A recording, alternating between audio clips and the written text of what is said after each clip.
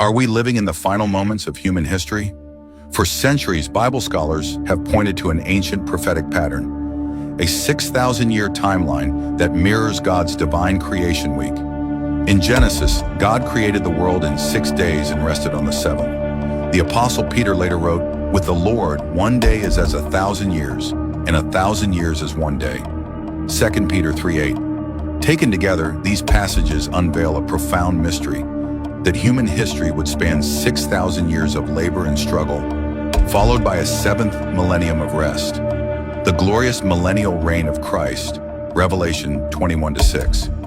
Tracing the genealogies from Adam to Jesus reveals roughly 4,000 years before Christ's first coming, and now about 2,000 years since his resurrection, bringing us to the very edge of that prophetic sixth day. Just as God rested on the seventh day, so too creation awaits its own Sabbath.